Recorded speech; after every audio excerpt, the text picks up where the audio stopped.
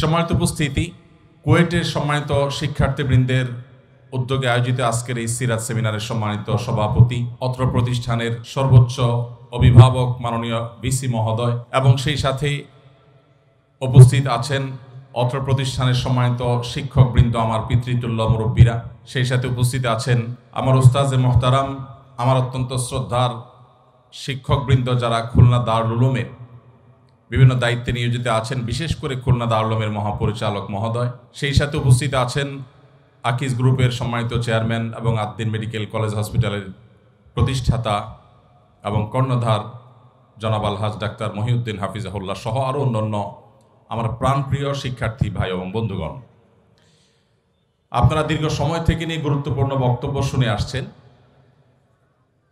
প্রয়োজন আসলে আমল করা।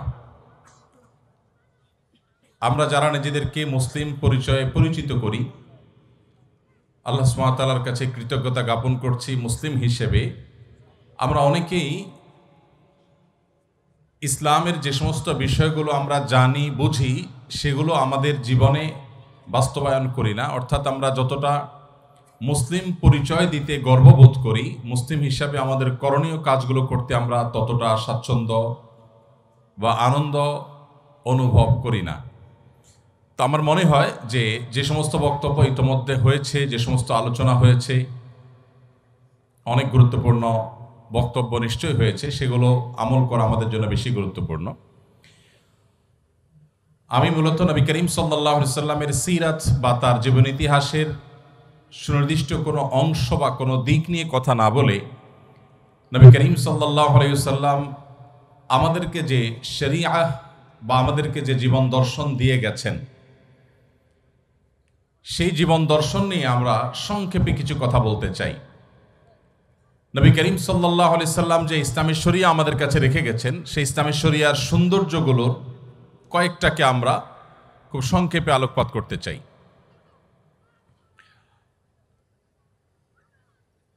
সর্বপ্রথম যে বিষয়ে কথা বলতে চাই তা হলো, আল্লাহ সুবহানাহু ওয়া তাআলা আমাদেরকে যে ইসলামের সুমহান আদর্শের অনুসারী করেছেন, আমরা বেশিরভাগ মানুষ, আমরা বেশিরভাগ মুসলমান, আমরা মুসলিম বাই চান্স, জন্মের সূত্রে মুসলমান, বাবা মা মুসলমান, সেই হিসাবে আমরা মুসলমান। আমাদের পৃথিবীর অনেক কিছুকে জানার, বোঝার, শেখার সুযোগ হলেও যে ইসলাম আমার অনন্তকালের সুখ কিংবা দুঃখের ফয়সালা করবে, যে ইসলামের ভিত্তিতে আমার জান্নাত কিংবা জাহান্নামের সিদ্ধান্ত হবে, সেই ইসলাম সম্পর্কে একটু সময় নিয়ে পড়াশোনা করবার মতো সুযোগ আমাদের অনেকেরই হয়নি। যার কারণে ইসলামটা আমাদের কাছে অন্য 10টি মানুষের তৈরি করা ধর্মের মতো গতানুগতিক ধর্ম। এটা নিয়ে যদি আমরা একটু পড়াশোনা করার সুযোগ করতে পারি, আমরা যদি কোরআনটাকে একটু স্টাডি করতে পারি, আমরা যদি প্রিয় নবী সাল্লাল্লাহু আলাইহি সাল্লামের জীবনীটাকে একবার অন্তত শুরু থেকে শেষ পর্যন্ত পড়ে দেখতে পারি,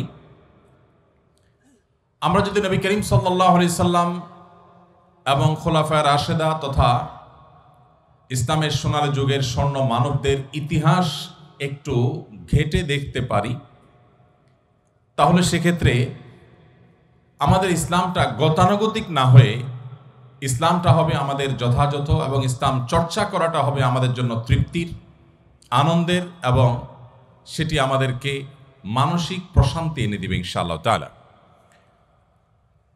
প্রিয় নবী সাল্লাল্লাহু আলাইহি সাল্লাম যে শরীয়ত আমাদের সামনে উপস্থাপন করে গেছেন,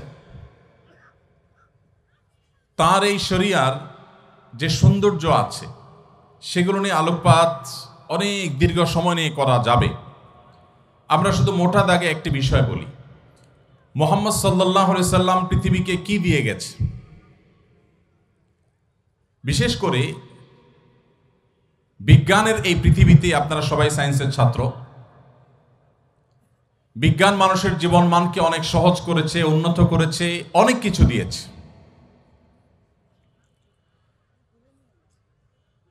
বস্তুবাদের জোয়ারের এই জয় জয়কার যখন চলছে গোটা বিশ্বে, নীতি নৈতিকতা বা আদর্শ মানুষের জীবনে যখন খুবই গুরুত্বহীন একটি বিষয়, এই সময়টাতে আমাদের কাছে জাগতিক জীবনের সৌন্দর্য, জাগতিক জীবন কতটা সহজ হলো এই বিষয়টা অনেক গুরুত্বপূর্ণ।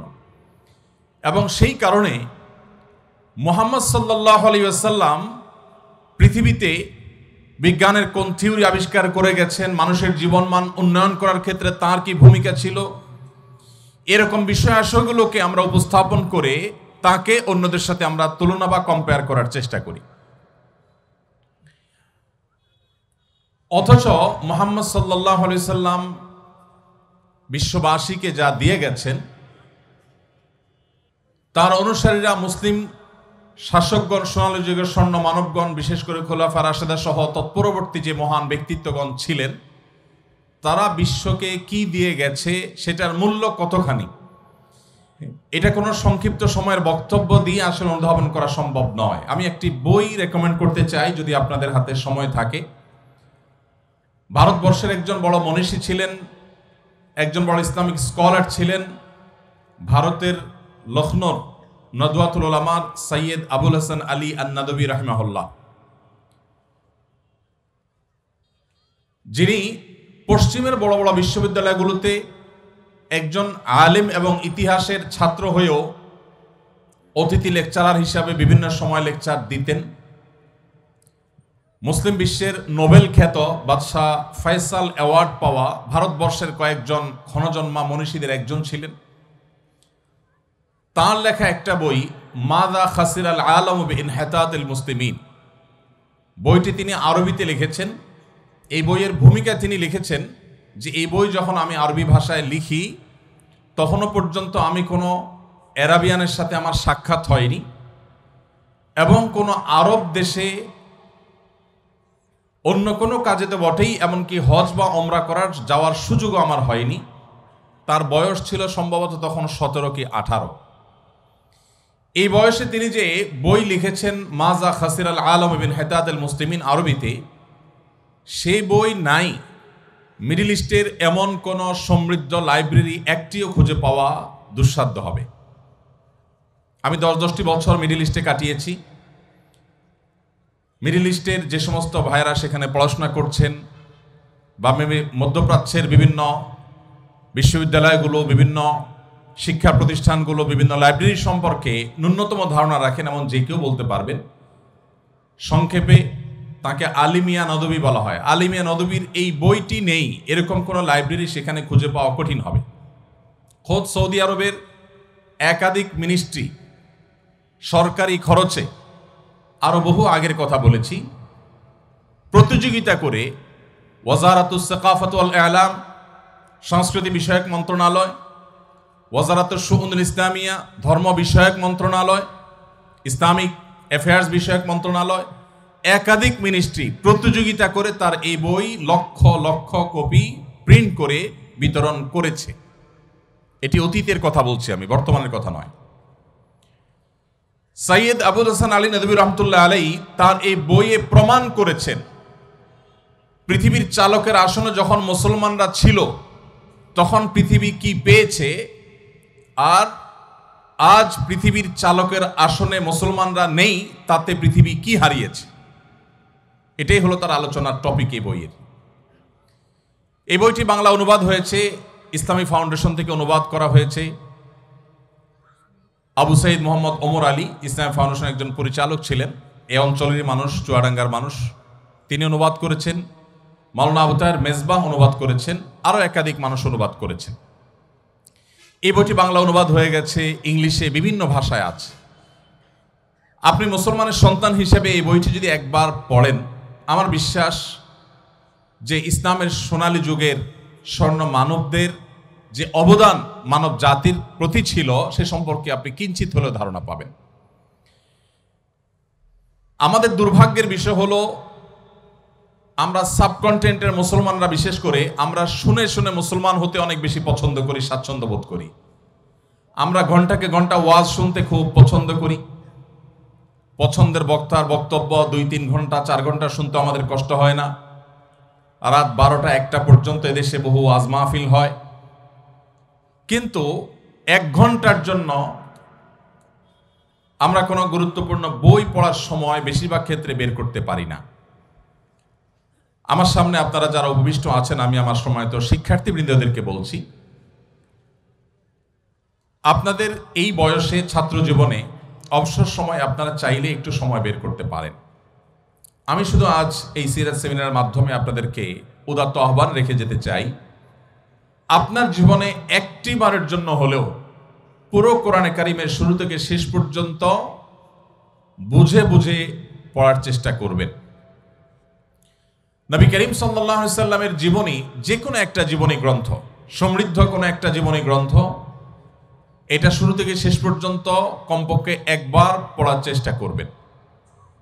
এই দুটি কাজ করবার পর আপনি মুসলিম হিসাবে, মুসলমান হিসাবে এই দুটি পাঠের আগের আপনার যে অবস্থান এবং তার পরের যে অবস্থান, এই দুটির মধ্যে আকাশ এবং পাতাল পার্থক্য আপনি নিজে অনুভব করতে পারবেন। আমরা সেই ধর্মের অনুসারী যেই ধর্ম 1450 বছর আগে আমাদেরকে নির্দেশ করেছে, প্রথম নির্দেশ ইকরা বিসমি রাব্বিকাল্লাযী খালাক, পড়ো তোমার প্রভুর নামে যিনি তোমাকে সৃষ্টি করেছেন, তার নামে তুমি পড়ো। আল্লাহ সুবহানাহু ওয়া তাআলা গোটা কোরআন জুড়ে বহু আদেশ করেছেন, বহু নিষেধ করেছেন, বহু দৃষ্টান্ত উপস্থাপন করেছেন, বহু ইতিহাস পর্যালোচনা করেছেন, কিন্তু পুরো কোরআন জুড়ে যত আদেশ নিষেধই থাকুক না কেন, প্রথম আদেশ আল্লাহ করেছেন পড়ো। এই যে পড়ার নির্দেশ, জ্ঞান অর্জন করবার নির্দেশ আল্লাহ সুবহানাহু ওয়া তাআলা প্রথম করেছেন, এটি 2024 সালের ঘটনা নয়, এটি আজ থেকে প্রায় 1500 বছর আগের ঘটনা।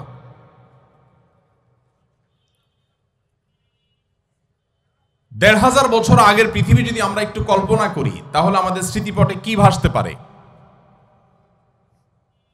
আমরা আমাদের দেশের প্রেক্ষাপটে যদি বলি, সম্মানিত শিক্ষকবৃন্দ বা যারা সিনিয়র আছেন, 40 বা 50 প্লাস যাদের এজ হয়ে গেছে, তারা বলতে পারবেন যে আমাদের এই দেশেও 20-30 বছর আগেও গ্রামাঞ্চলে অনেক মানুষ ছিল, ছেলে মেয়েদেরকে বলতো এত পড়ালেখা করে কি হবে, খেতে যায় কাজ করো।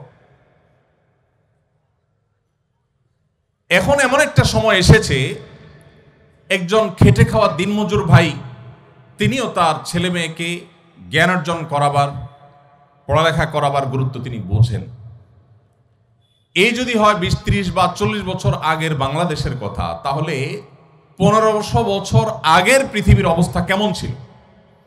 সেই সমাজের বুকের উপর দাঁড়িয়ে মুহাম্মদ সাল্লাল্লাহু আলাইহি সাল্লাম উচ্চারণ করেছিলেন প্রথম নির্দেশ আল্লাহর পক্ষ থেকে পাওয়া ওয়াহি, ইকরা বিসমি রাব্বিকাল্লাযী খালাক।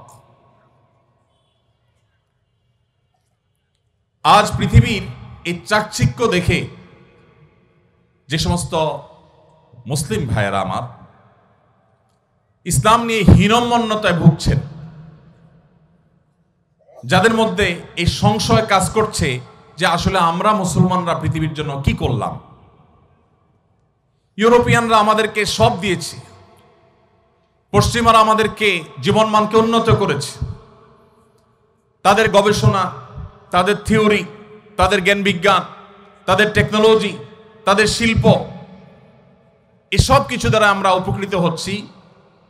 অ্যাজ এ মুসলিম, আমার পূর্বপুরুষরা পৃথিবীকে কি দিয়ে গেছে, এটা নিয়ে দীর্ঘ আলোচনা করবার সুযোগ নেই।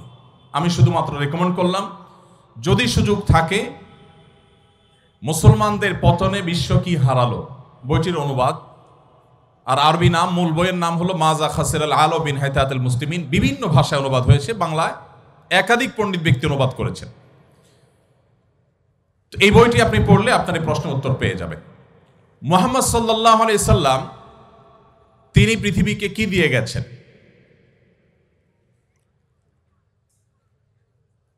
নবী করিম সাল্লাল্লাহু আলাইহি ওয়াসাল্লাম যে শরিয়া আমাদের সামনে রেখে গেছেন, তার যে জীবন দর্শন, আল্লাহর পক্ষ থেকে পাওয়া ওহীর ভিত্তিতে যে জীবন দর্শন, এটা যিনি রেখে গেছেন, এর মাধ্যমে মানবতাকে মর্যাদার সর্বোচ্চ আসনে তিনি আসীন করে গেছেন।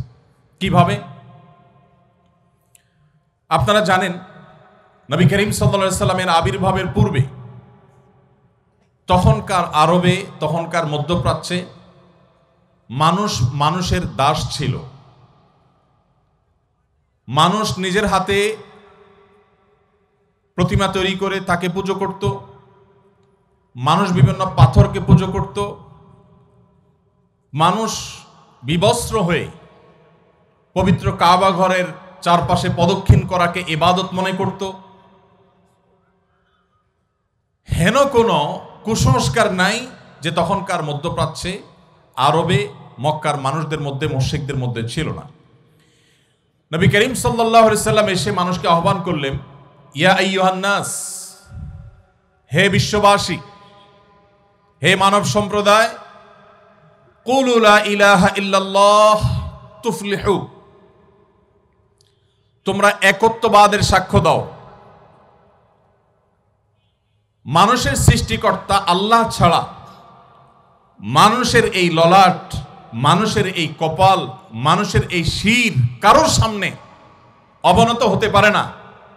এটা মানবতার সবচেয়ে বড় অপমান, মানবতার সবচেয়ে বড় অসম্মান যে মানুষ কোনো মানুষের, মানুষ কোনো গাছের, মানুষ চন্দ্রের, মানুষ সূর্যের, মানুষ কোন সৃষ্টির সামনে তার মাথাকে নত করবে। এটা মানবতার জন্য অপমান। মানবতার এই শির শুধুই তার রব, তার সৃষ্টিকর্তার সামনেই অবনত হবে, আর কারোর সামনে নয়। মানব জাতিকে সম্মান এবং মর্যাদার এই জায়গাটিতে মুহাম্মদ সাল্লাল্লাহু আলাইহি সাল্লাম রেখে গেছেন মানুষকে। তিনি শুধুমাত্র মানুষকে এই তাওহীদের দাওয়াত দিয়ে ক্ষান্ত হয়েছেন তা নয়, তার এই দাওয়াতকে তিনি অত্যন্ত বলিষ্ঠভাবে, অত্যন্ত শক্তিশালীভাবে স্টাবলিশ করে গেছেন অত্যন্ত স্বল্পতম সময়। বন্ধুরা, আমাদের প্রিয় নবী সাল্লাল্লাহু আলাইহি সাল্লাম কত বছর বেঁচে ছিলেন? 63 বছর। মক্কায় তিনি কত বছর ছিলেন? 53 বছর। নবুয়তের পর 13 বছর, আর মোট 53 বছর। আর মদিনায় তিনি কত বছর বেঁচে ছিলেন? 10 বছর, মোট 63 বছর। তার এই 63 বছরের জীবনে আপনি একটি বছরও খুঁজে পাবেন না, একটি বছরও খুঁজে পাবেন না যেই বছর তিনি নিশ্চিন্তে, আরামে, শান্তিপূর্ণভাবে অতিবাহিত করতে পেরেছেন তার ওই বছরটাকে। এরকম একটি বছর আপনি খুঁজে পাবেন না। পৃথিবীতে আসার আগে থেকেই বিপদ মাথায় নিয়ে এসেছেন। পৃথিবীর আলো দেখবার আগেই, মাতৃগর্ভে থাকা অবস্থাতেই বাবাকে হারিয়েছেন। পৃথিবীর আলো দেখার পরপরই নিজের মমতাময়ী মাকেও হারিয়েছেন। এই যে শুরু হলো বিপদ, মাতৃগর্ভে থাকতেই বিপদ, সেই বিপদ তার জীবনের শেষ মুহূর্ত পর্যন্ত কাটেনি। মক্কায় মুশরিকরা তাকে বছর তো দূরের কথা, একটি রাত নিশ্চিন্তে ঘুমোতে দেয়নি। তার উপরে আগ্রাসন চাপিয়েছে, জুলুম চাপিয়েছে, শারীরিকভাবে হেনস্থা করেছে, মানসিকভাবে হেনস্থা করেছে। যারা তার কথা শুনেছে তাদের প্রতি অবরোধ আরোপ করেছে। 3 বছরের অবরোধ। সেই অবরোধ কি আজকের পৃথিবীতে যে অবরোধ চলছে এরকম কোন অবরোধ না। সে অবরোধ ছিল অত্যন্ত ভয়ঙ্কর অবরোধ। সে অবরোধ আজকের জেলখানার মতো নয়। সে অবরোধে মক্কার সমস্ত মুশরিকেরা মুহাম্মদ সাল্লাল্লাহু আলাইহি সাল্লামের প্রতি ঈমান আনা সামান্য সংখ্যায় গোনা যাবে কয়েকজন মানুষ, তাদের সাথে এমনভাবে অবরোধ করেছে যে কেউ তাদের সাথে কোনো কথাবার্তা বলবে না, কেউ কোনো কেনাবেচা করবে না, কেউ কোনো লেনদেন করবে না, কেউ কোনো বিবাহ শাদী করবে না। 1450-1500 বছর আগের যে পৃথিবী ছিল, তখনকার যে সমাজ ব্যবস্থা ছিল, সেই সমাজে 50-60 জন বা 100 জন মানুষকে যদি গোটা সমাজের সমস্ত মানুষ এইভাবে বয়কট করে, তার বেঁচে থাকা অলমোস্ট অসম্ভব প্রায়। আজকের পৃথিবীতে এরকম অনেক অবরোধকে ডিঙ্গিয়েও মানুষ টিকে থাকতে পারে, কিন্তু তখনকার বাস্তবতায় মানুষ মানুষের উপরে এতটা নির্ভরশীল ছিল যে টিকে থাকাটা দায় ছিল। নবী করিম সাল্লাল্লাহু আলাইহি সাল্লাম সেই সময় পার করেছেন। সাহাবীরা ওই সময় গাছের পাতা খেয়ে, পশুর চামড়া শুকিয়ে, সেসব খেয়ে তারপর তাদের জীবনকে ধারণ করতে হয়েছে। সে আলোচনা অনেক দীর্ঘ হবে। আমি শুধু এটুকু বলতে চাই যে প্রিয় নবী সাল্লাল্লাহু আলাইহি সাল্লামকে একটি রাতের জন্য নিশ্চিন্তে আরামে তাকে ঘুমোতে দেয়া হয়নি। তিনি যখন মক্কায় থাকতে না পেরে আল্লাহর নির্দেশে মদিনায় হিজরত করে চলে গেলেন, সেখানেও তাকে শান্তিতে থাকতে দেয়া হয়নি। কখনো বদর এসেছে, কখনো উহুদ, কখনো খন্দক, কখনো তাবুক, একটি বছর তাকে নিশ্চিন্তে থাকতে দেওয়া হয়নি। এত বাধার মধ্যে একজন মানুষের জীবন যেখানে বাঁচাটাই দায়, পৃথিবীতে টিকে থাকাটাই যেখানে দায়, সেখানে মুহাম্মদ সাল্লাল্লাহু আলাইহি সাল্লাম কি করেছেন? মাত্র 10 বছর মদিনায় সুযোগ পেয়েছেন কাজের। এত বাধার মধ্যে থেকেও তার কাজকে তিনি এত সূক্ষ্মভাবে, এত সুচারুরূপে কাজটি সম্পাদন করেছেন যে 10 বছরে তিনি তার মিশনকে, তাওহীদ এবং একত্ববাদের দাওয়াতকে, ইসলামকে পৃথিবীর প্রান্তে প্রান্তরে প্রতিটি জায়গায় পৌঁছাবার ব্যবস্থা করে তার মিশনকে পাতাল থেকে আকাশে তুলে রেখে তারপর দুনিয়া থেকে গেছে।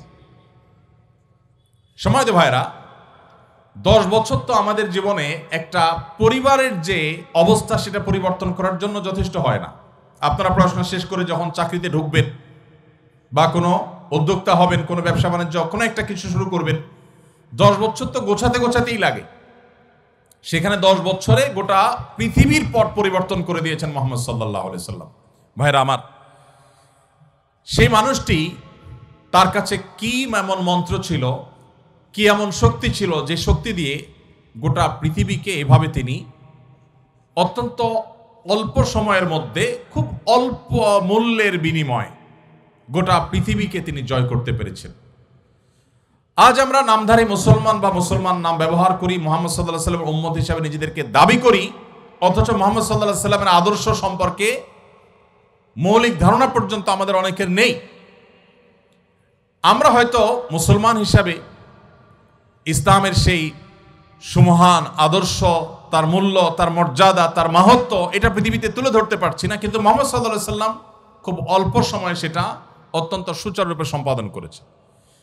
তার যে অবদানগুলো ছিল, তার যে শরিয়া, সেই শরিয়ার সবচেয়ে সুন্দর দিকটা হলো যে তিনি মানুষকে আল্লাহ রাব্বুল আলামিনের দাসত্বের প্রতি আহ্বান করেছেন। মানুষ শুধু গোলামি করবে কার? আল্লাহর। আল্লাহ ছাড়া অন্য কারোর যদি কেউ গোলামি করে, দাসত্ব করে, এটাকে মানবতার জন্য সবচেয়ে বড় অপমান হিসেবে উল্লেখ করা হয়েছে। এখন আপনি বলবেন যে আমরা যারা মুসলমান তারা তো আল্লাহর গোলামি করি, আমাদের একটা জায়গায় খুঁটি বাধা আছে, হালাল হারাম মেনে চলতে হয়, আল্লাহর আদেশের মেনে চলতে হয়, এটা করা যাবে না, ওইটা ধরা যাবে না, ওইটা বলা যাবে না, হাজারটা বাইন্ডিংস আছে। কিন্তু আমরা আমাদের যে সমস্ত বন্ধুদেরকে দেখি তারা মুক্তমনা,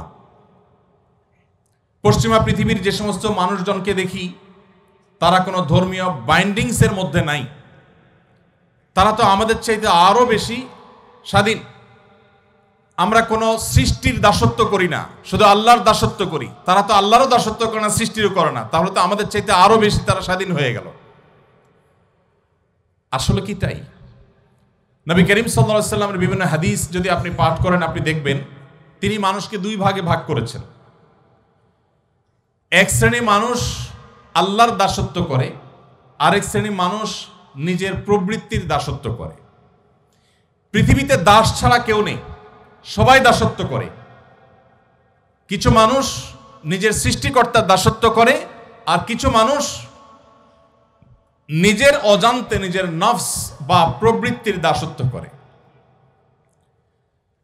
যিনি বলছেন আমি আল্লাহ তাআলার আনুগত্য কেন, কারোর কথা শুনি না, আমার মনে যা চায় তা করি, তিনি তার মনের গোলামি করেন এবং তার মন তাকে যখন যেদিকে যখন ঘুরায় তখন সে সেদিকে ঘুরে।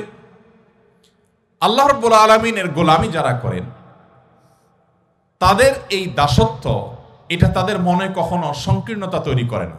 সাধারণত দাসত্ব তো অনেক বড় কথা, কেউ কারোর অধীনে থাকতে মানুষ খুব বিশেষ স্বাচ্ছন্দ্য বোধ করে না।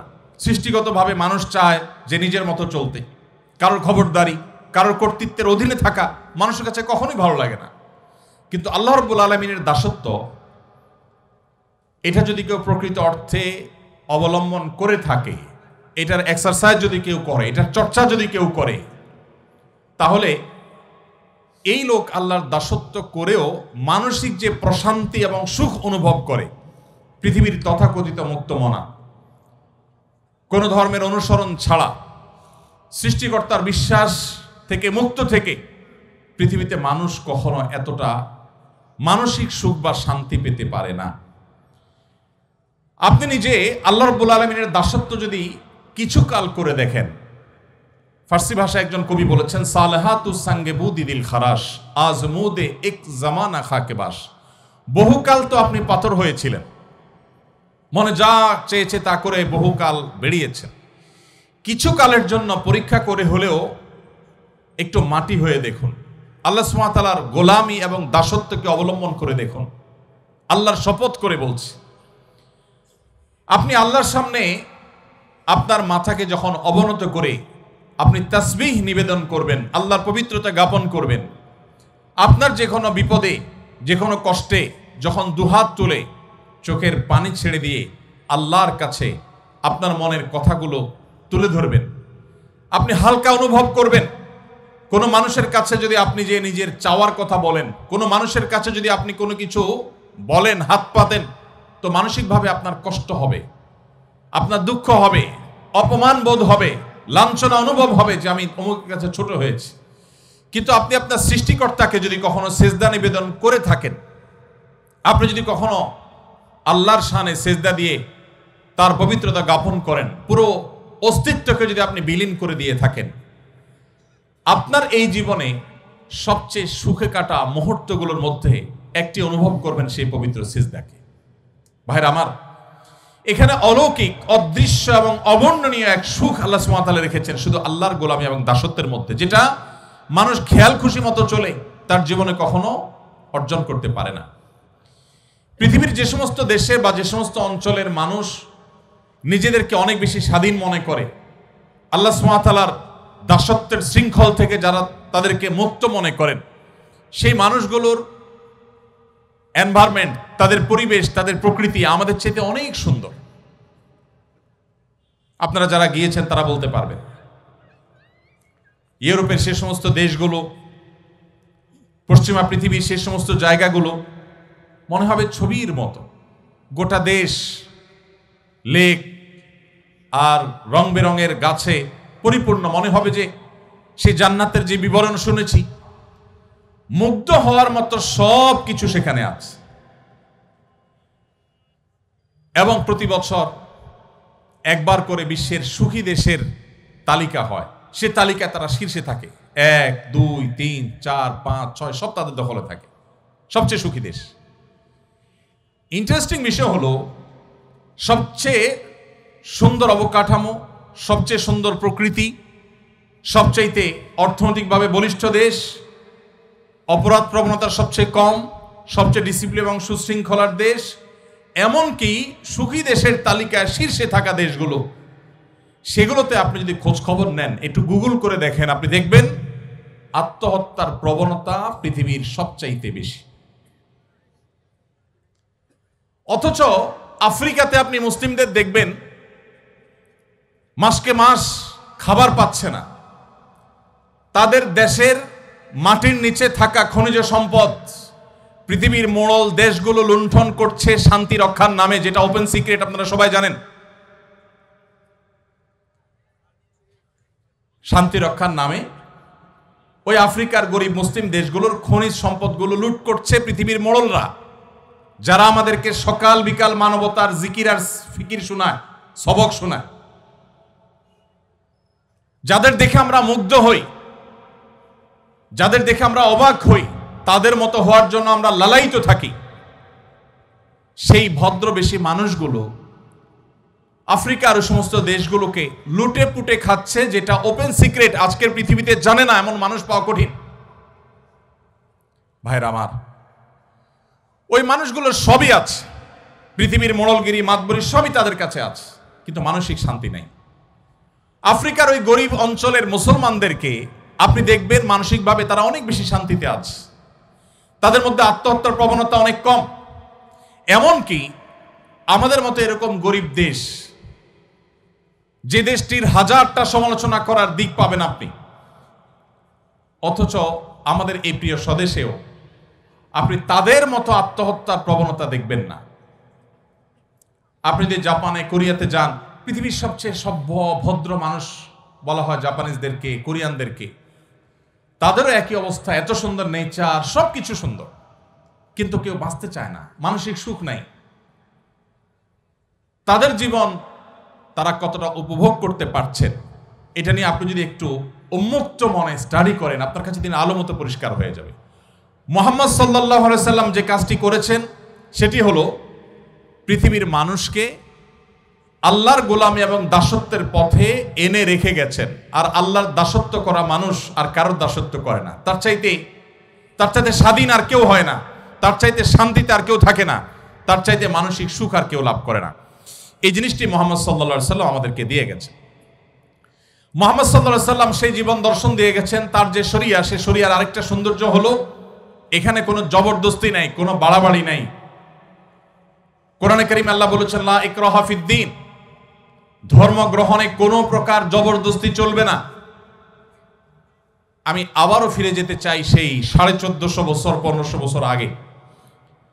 2024-এর এই পৃথিবীতে অনেক সুন্দর সুন্দর কথা বলা ফ্যাশনের ব্যাপার। মত প্রকাশের স্বাধীনতার কথা, এটা আজকালকার যুগের বেশ চমকপ্রদ একটি স্লোগান। এই স্লোগান যে যত বেশি দিতে পারে সে ততটা আধুনিক হিসেবে সাব্যস্ত হয়। কিন্তু 1450 বছর আগের পৃথিবী যদি আপনি চিন্তা করে দেখুন, সেই পৃথিবীতে নবী করিম সাল্লাল্লাহু আলাইহি সাল্লাম বলেছেন লা ইকরাহা ফিদ্দীন, ধর্ম গ্রহণে কোনো জবরদস্তি চলবে না, কোনো প্রকার রক্তপাত ছাড়া, দু চারটা বিচ্ছিন্ন ঘটনা ছাড়া, উল্লেখযোগ্য কোনো প্রকার রক্তপাত ছাড়া মুহাম্মদ সাল্লাল্লাহু আলাইহি সাল্লাম যেখানে মক্কা বিজয় করেছেন, তিনি নির্দেশ করলে মক্কার সমস্ত মানুষ ইসলামের ছায়াতলে আসতে বাধ্য হতো। কিন্তু তিনি পরিষ্কারভাবে সবাইকে বললেন যে কেউ যদি নিজ ধর্মে অটল থাকতে চায়, শিরক এবং ভুলের পথেও কেউ থাকতে চায়, সেই স্বাধীনতা তাকে দেয়া হবে। তার পরিণতি সে আল্লাহর কাছে ভোগ করবে কিয়ামতের ময়দানে। কিন্তু পার্থিব জগতে অ্যাজ এ মুসলিম আমরা তাকে কখনো বাধ্য করব না আমাদের ইসলামে আসতে। নবী করিম সাল্লাল্লাহু আলাইহি সাল্লাম যখন মদিনায় গেলেন তখনও কোনো জবরদস্তি করে একটি মানুষকে ইসলামের ছায়াতলে আনেননি। যখন তিনি মক্কায় ছিলেন তখনও করেননি। মক্কা যখন বিজয়ীর ভেষে যখন মক্কায় তিনি প্রবেশ করলেন তখনও তিনি কাউকে জবরদস্তি করেননি। তার পরবর্তীতে যত শাসক ইসলামের ইতিহাসে এসেছে, পরবর্তী সময়কার শাসকদের কথা বলছি, তাদের অনেকের অনেক ভুল ছিল, অনেক ত্রুটি ছিল, তাদের দুধের ধোয়া আমি বলছি না। কিন্তু একটা জায়গায় মুসলিমরা অন্য সবার চাইতে ইউনিক, সেটা হলো যে মুসলিম শাসকরা সচরাচর, বিচ্ছিন্ন ঘটনা থাকতে পারে, সচরাচর তারা ম্যাসিভ লেভেলে জবরদস্তি করে কাউকে ইসলামে তারা আনেন নাই। শুধু ভারতবর্ষে মুসলিমদের যে শাসনের ইতিহাস, সেটা যদি আপনি একটু অধ্যয়ন করেন আপনি অবাক হতে বাধ্য হবেন। মুসলিমদের শাসনের কেন্দ্র ছিল দিল্লি, অথচ দিল্লিতে মুসলমানদের সংখ্যা সর্বকালেই সবচাইতে কম। কোন কালেই ভারতবর্ষে মুসলিম শাসনের কেন্দ্র এই বাংলাদেশ বা এই অঞ্চল ছিল না। কিন্তু আল্লাহ সুবহানাহু ওয়া তাআলা আমাদের পূর্বপুরুষদেরকে হেদায়েত নসিবে রেখেছেন, তারা ঈমান এনেছেন। যদি মুসলমানরা জোর করে মানুষকে ইসলামে দাখিল করাতো, ইসলামে প্রবেশ করাতো, তাহলে সেক্ষেত্রে সেই সময়টাতেই জোর করে দলে দলে মানুষকে ইসলামে তারা প্রবেশ করাতেন। ইসলামের একটা অন্যতম সৌন্দর্য হলো যে আজকের যুগে মত প্রকাশের স্বাধীনতা কথা বলাটা অনেক সহজ, সেই পরিবেশ আছে। মানুষ আধুনিক বিশ্বে এখন মত প্রকাশের স্বাধীনতাকে অনেক রেসপেক্ট করে, কিন্তু নবী করিম সাল্লাল্লাহু আলাইহি সাল্লাম 1500 বছর আগে সেটা করে গেছেন। প্রত্যেকটা মানুষকে ধর্ম গ্রহণের ক্ষেত্রে পরিপূর্ণ স্বাধীনতা দিয়েছেন এবং কোনো প্রকার জবরদস্তি কারোর উপরে কখনো তিনি আরোপ করেননি। নবী করিম সাল্লাল্লাহু আলাইহি সাল্লামের যে শরিয়া তিনি রেখে গেছেন, এই শরিয়ার আরেকটি সৌন্দর্য হলো আমাদের সমাজে আপনি দেখবেন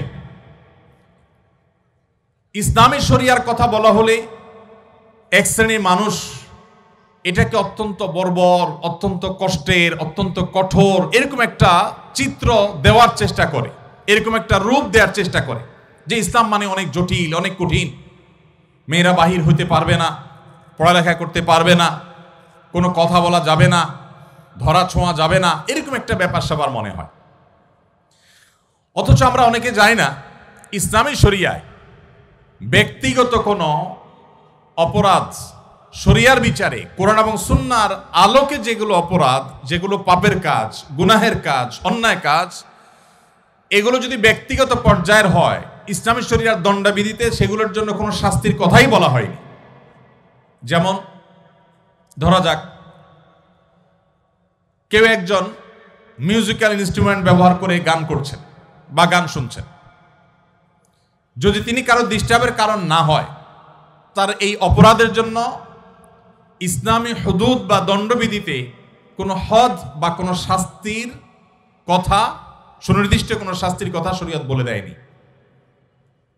অবস্থার পর্যবেক্ষণ করে কোনো পরিবেশে কোনো পরিস্থিতিতে যদি নিয়ন্ত্রণহীন হয় বা প্রয়োজন হয় তাহলে সেক্ষেত্রে তখনকার যারা বিচারক থাকবেন, তখনকার যে বিচার ব্যবস্থা থাকবে ইসলামী শরিয়া এটা তাদের উপরে ছেড়ে দিয়েছে, বাট কোনো ফিক্স শাস্তির কথা শরীয়ত বলে নাই।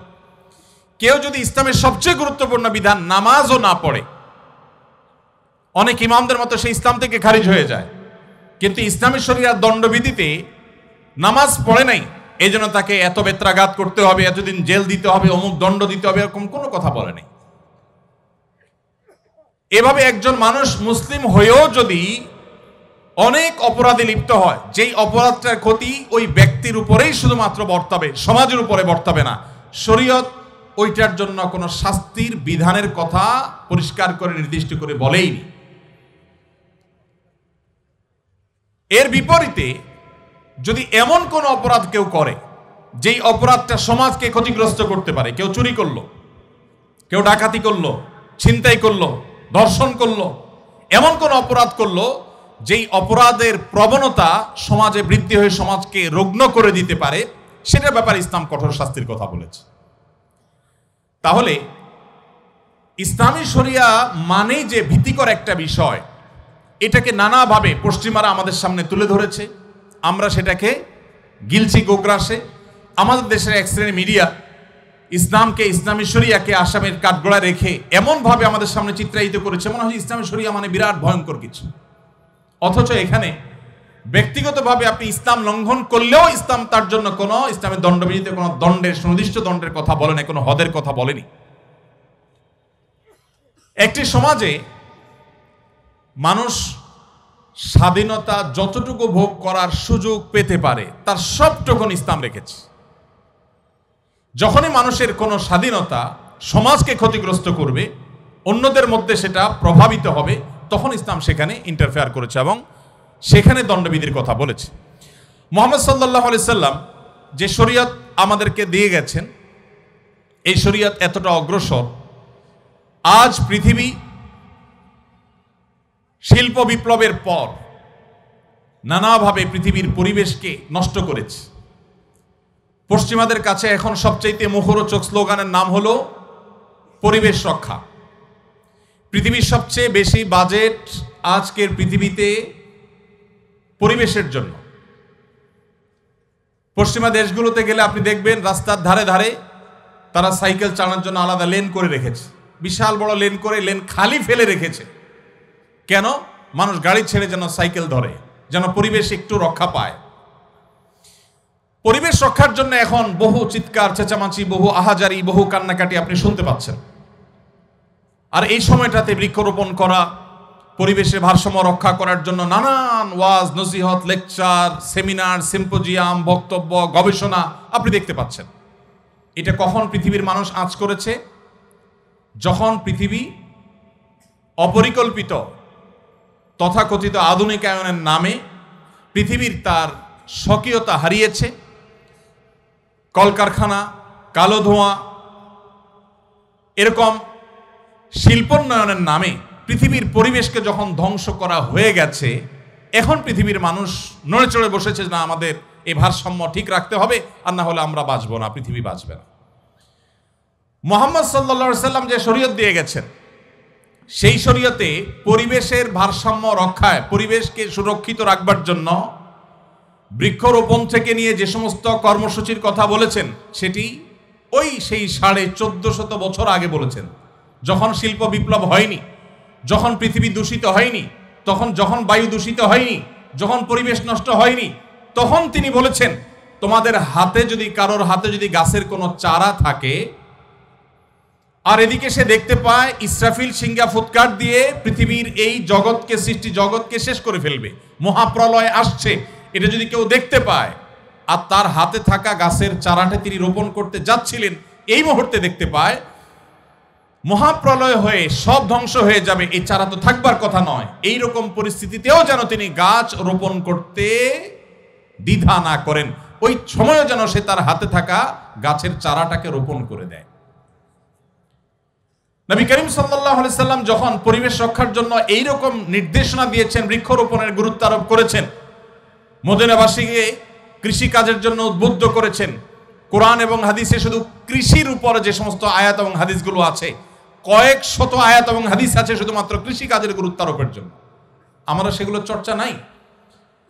তখন পৃথিবী আজকের মতো এরকম পরিবেশের ভারসাম্য হারায়নি, তখন পৃথিবীকে এভাবে নষ্ট করা হয়নি, পৃথিবীর পরিবেশ খারাপ হয়নি। সেই সময় নবী করিম সাল্লাল্লাহু আলাইহি সাল্লাম যে সলিউশন দিয়ে গেছেন, এখন বিশ্ববাসী সেটার গুরুত্ব অনুভব করছে। ভাইরা আমার, পৃথিবীর সকল সভ্যতায় মানুষ হত্যা করা অপরাধ, সকল সভ্যতায়, সকল সমাজে মানুষ হত্যা করাকে অপরাধ মনে করা হয়। মুহাম্মদ সাল্লাল্লাহু আলাইহি সাল্লাম যে শরীয়ত দিয়েছেন, সেখানে মানুষ হত্যা করা তো বটেই, কোন মানুষকে হত্যার জন্য অথবা হত্যার উদ্দেশ্য ছাড়া দুষ্টমি করেও যদি কেউ ভয় দেখায়, অনেক সময় বন্ধু বান্ধব একে অন্যকে দুষ্টমি করে ছুরি ধরেন, ভয় দেখান, কোনো অস্ত্র দিয়ে ভয় দেখান, নবী করিম সাল্লাল্লাহু আলাইহি সাল্লাম কঠোরভাবে সেটাও করতে নিষেধ করেছেন। কারণ সব মানুষের হার্ট একরকম হবে না, অনেক দুর্বল চিত্তের মানুষ আছে, অনেকে সেখান থেকে অসুস্থ হতে পারে, অনেকে দুর্ঘটনার শিকার হতে পারে। মানুষ হত্যা তো অনেক পরের কথা, মানুষ হত্যার প্রচেষ্টাও তো অনেক পরের কথা, দুষ্টমি করে বা কোনোভাবে কাউকে ভীতি প্রদর্শন করা পর্যন্ত ইসলামে নিষেধ করা হয়েছে। ভাইরা আমার,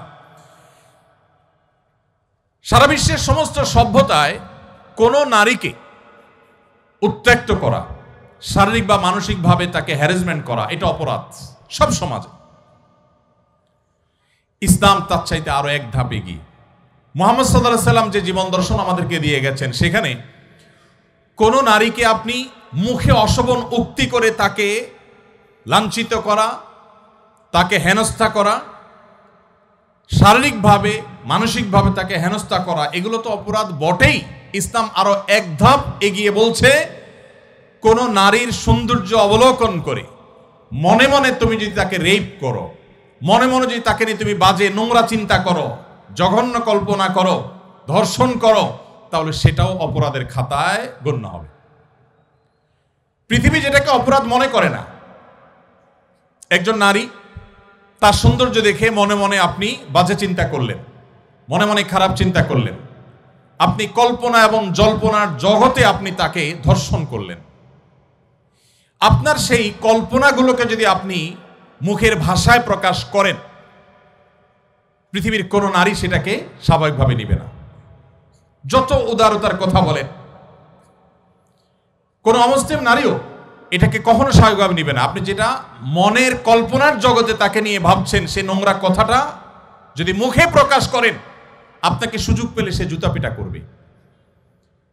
তার সেই অধিকার, এই যে মনে মনেও কেউ তাকে নিয়ে বাজে চিন্তা করতে পারবে না, এটা পৃথিবীর কোন সভ্যতা সংরক্ষণ করে নাই, ইসলাম সংরক্ষণ করেছে।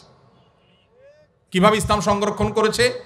পরিষ্কারভাবে নবী সাল্লাল্লাহু আলাইহি সাল্লামের হাদিস রয়েছে, জিনাল আইনি আন-নাযর, কোন নারীর প্রতি লোলুপ দৃষ্টিতে তাকিয়ে জঘন্য চিন্তা করলে তুমি, এই তোমার দৃষ্টিটাও একটা ব্যভিচার হিসাবে তোমার অ্যাকাউন্টে লেখা হবে, তোমার অপরাধ হিসাবে গণ্য হবে, কিয়ামতের ময়দানে শাস্তি তোমাকে পেতে হবে। কেন? একজন নারীকে তুমি শারীরিকভাবে হেনস্থা করো নাই, মানসিকভাবে হেনস্থা করো নাই, কিন্তু তোমার দৃষ্টি দিয়ে তাকিয়ে মনে মনে তাকে নিয়ে জল্পনা কল্পনা করে এই মনোজগতে তাকে তুমি রেপ করেছো, এই জন্য তোমার আল্লাহর কাছে জবাবদিহি করতে হবে, কিয়ামতের ময়দানে শাস্তির মুখোমুখি হইতে হবে। এটাকে অপরাধ হিসাবে গণ্য করেছে।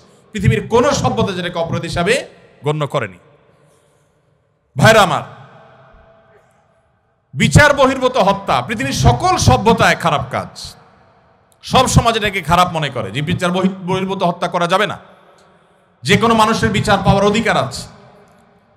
নবী করিম সাল্লাল্লাহু আলাইহি সাল্লামের সামনে সেই 1450 বছর আগের বাস্তবতা। বারবার আমি এই শব্দটি বলছি, কারণ আমরা নবী করিম সাল্লাল্লাহু আলাইহি সাল্লাম বা মুহাম্মদ সাল্লাল্লাহু আলাইহি সাল্লামকে যদি মূল্যায়ন করতে হয় আজকের পার্সপেক্টিভে 2024-এর পৃথিবীর সাথে যদি আপনি তুলনা করেন, সেই তুলনাটা যথার্থ হবে না। আজকের পৃথিবীতে মানবাধিকারের কথা বলা এটা একটা ফ্যাশনের ব্যাপার, আমি সবসময় বলার চেষ্টা করি। এখন আপনি যত বেশি অধিকার অধিকার বলবেন, অধিকার অধিকার যত বেশি কপচাবেন, তত বেশি বাবা পাবেন যে লোকটা অনেক সচেতন, এ লোকটা অনেক আধুনিক, অনেক স্মার্ট। আপনাকে পৃথিবীর বিভিন্ন মোড়ল দেশের এম্বাসিগুলো ডেকে ডেকে আপনাকে অনেক প্রজেক্ট দিবে, আপনার ফান্ডের অভাব হবে না, কারণ আপনি অধিকার নিয়ে কাজ করছেন, মানবাধিকার কর্মী, আপনি সমাজ কর্মী। এগুলো শুনতে বেশ ভালো শোনা যায়, এগুলো ফ্যাশনের ব্যাপার। 1450 বছর আগের পৃথিবী যখন নিজের সন্তান কন্যা হয়েছে, বাবার সাথে যুদ্ধে যেতে পারবে না, শুধুমাত্র এই কারণে সেই কন্যাকে জীবন্ত পুঁতে ফেলে বাপ পৈশাসিক আনন্দে মেতে উঠত, সেই সমাজের বুকের উপরে দাঁড়িয়ে মুহাম্মদ সাল্লাল্লাহু আলাইহি সাল্লাম বলেছিলেন, তোমাদের কেউ যদি দুটি কন্যা সন্তানের বাবা হয় এবং সে যদি তাদের সাথে সুন্দর আচরণ করে, তাদের কোনো অধিকার নষ্ট না করে, তাদের জন্য জান্নাতের গ্যারান্টি রয়েছে।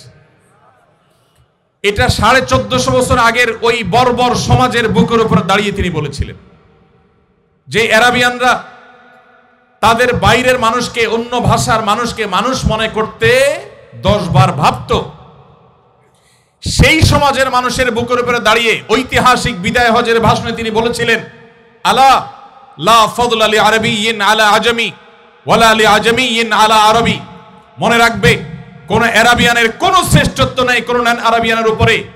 একজন কালো রঙের আফ্রিকান মানুষের কোন প্রকার তার উপরে কোন আরাবিয়ান সাদা চামড়ার মানুষের কোনো মর্যাদা নেই। মর্যাদা হবে মানুষের তাকওয়ার ভিত্তিতে, মানুষের মানসিকতার ভিত্তিতে, কর্মের ভিত্তিতে। যদি বাংলাদেশের আনাচে কানাচে থাকা কোনো গ্রামের মানুষ তিনি সৎ হন তার চিন্তায়, তার কর্মে, তার দর্শনে, তাহলে সেই মানুষটি আরবের মক্কার কাবার পাশে থাকা, কাবার ভেতরে থাকা কোনো খারাপ মানুষ, খারাপ চিন্তা, খারাপ কর্মের মানুষের চাইতে ওই বাংলাদেশের আনাচে কানাচে থাকা মানুষ আল্লাহর কাছে শ্রেষ্ঠ এবং সেরা। ইসলাম সেই কথা বলেছে। আজ পৃথিবীর যে সমস্ত দেশের মানুষরা আমাদেরকে সভ্যতা শিখায়, যারা আমাদেরকে অধিকারের সবক দেয়, মুসলমানের সন্তান জানে না সে বাঘের বাচ্চা, তাদের কাছ থেকে সবক নেওয়ার প্রয়োজন নেই। তাদের 14 গোষ্ঠীর জন্মের শত শত হাজার বছর আগে আমাদেরকে ইসলাম সেই সুমহান জীবন দর্শন দিয়ে গেছে, যখন তারা সেগুলোর কথা কল্পনা করেনি। দুর্ভাগ্য আমাদের, আজ আমাদের সেই ইসলাম কোরআনে আছে, আমাদের ইসলাম হাদিসে আছে, সেই ইসলাম আমাদের জীবনে নেই, আমাদের সমাজে নেই, আমাদের পরিবারে নেই, আমাদের রাষ্ট্রে নেই। এটাই হলো আমাদের দুর্ভাগ্যের বিষয়। সেজন্য আজ শেয়ালের বাচ্চারা বাঘের বাচ্চাকে মানবতা শিখায়। ভাইরা আমার, পৃথিবীর সে সমস্ত অঞ্চলে মানুষেরা আমাদেরকে সংখ্যালঘুদের অধিকারের কথা বলে, যে সমস্ত দেশে এখনো মুসলমানরা ঝেড়ে কাশতে পারে না। 2024-এর এই পৃথিবীতে আপনি যদি পৃথিবী ঘুরেন, আপনি দেখবেন একটা রুম ভাড়া করে মুসলমানরা নামাজ পড়বে, করতে চাই না।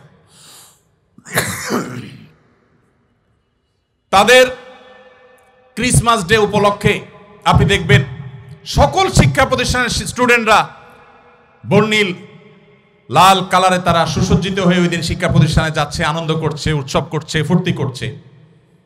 সেটাতে তাদের কোনো অসুবিধা হয় না। কিন্তু আমরা মুসলমানরা যখন ওতে ওড়না পড়ি, তখন তাদের জাত চলে যায়। ভাইরা আমার,